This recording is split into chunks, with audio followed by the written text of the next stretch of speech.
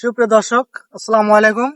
তো আমরা পূর্ববর্তী সময় যেভাবে শসা উৎপাদন করতে গেলে প্রচুর পরিমাণে মৌমাছি থাকতো, কিন্তু বর্তমান সময়ে আমরা দেখতে পাচ্ছি যে মৌমাছি নাই, যার কারণে ফসলের উৎপাদন পরিমাণ কম হচ্ছে, কৃষকরা ক্ষতিগ্রস্ত হচ্ছে।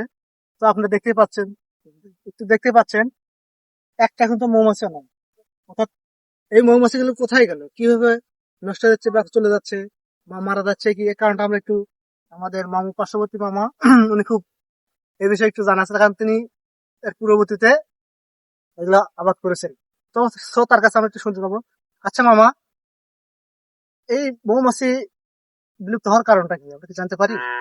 আসলে আমি মনে করি যে মৌমাছিগুলো বিলুপ্ত হওয়ার একটাই কারণ, সেটা হচ্ছে যে আমাদের এলাকায় ধরেন যে যেগুলো মৌমাছি এরকম মৌসুমে দেখা যাচ্ছে মৌমাছি অনেক সময় মৌচাক লাগে।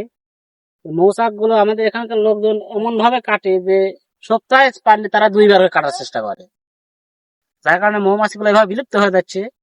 আর একটা কারণ, এখন বর্তমানে মৌমাছি সবাই বাক্স ধরে ধরে পালন করতেছে। আচ্ছা, একটা বিষয় আমি জানতে চাচ্ছি।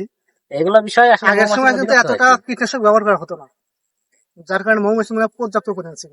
কিন্তু বর্তমান সময়ে কীটনাশকের পরিমাণ এতই বৃদ্ধি পেয়েছে যে মৌমাছিগুলো ঠিকমতো তাদের বাচ্চা উৎপাদন করতে পারছে না। এর কি কারণ থাকতে পারে, আপনার কি জানা আছে? না, এই বিষয়ে আমার তেমন অভিজ্ঞতা নাই। যদি কোনো অভিজ্ঞতা থাকে যে প্রতিবন্ধী হয়ে যাচ্ছে, আসলে মৌমাছিগুলো প্রতিবন্ধী হওয়ার কারণে বাচ্চা উৎপাদন করতে পারতেছে না, মানে পর্যাপ্ত পরিমাণে। আপনি খালি এখানে না, এই সরিষাতে শুধু নয়, আপনি দেখবেন যে যখন ক্ষীরা চাষ করা হয়, ক্ষীরা কিন্তু ফুল পর্যাপ্ত পরিমাণে আর সেরকম ফল নাই। এর পেছনে কারণ কি? এই কীটনাশক সার ব্যবহার করার কারণে, পর্যাপ্ত পরিমাণে বিষ দেওয়ার কারণে। বলো।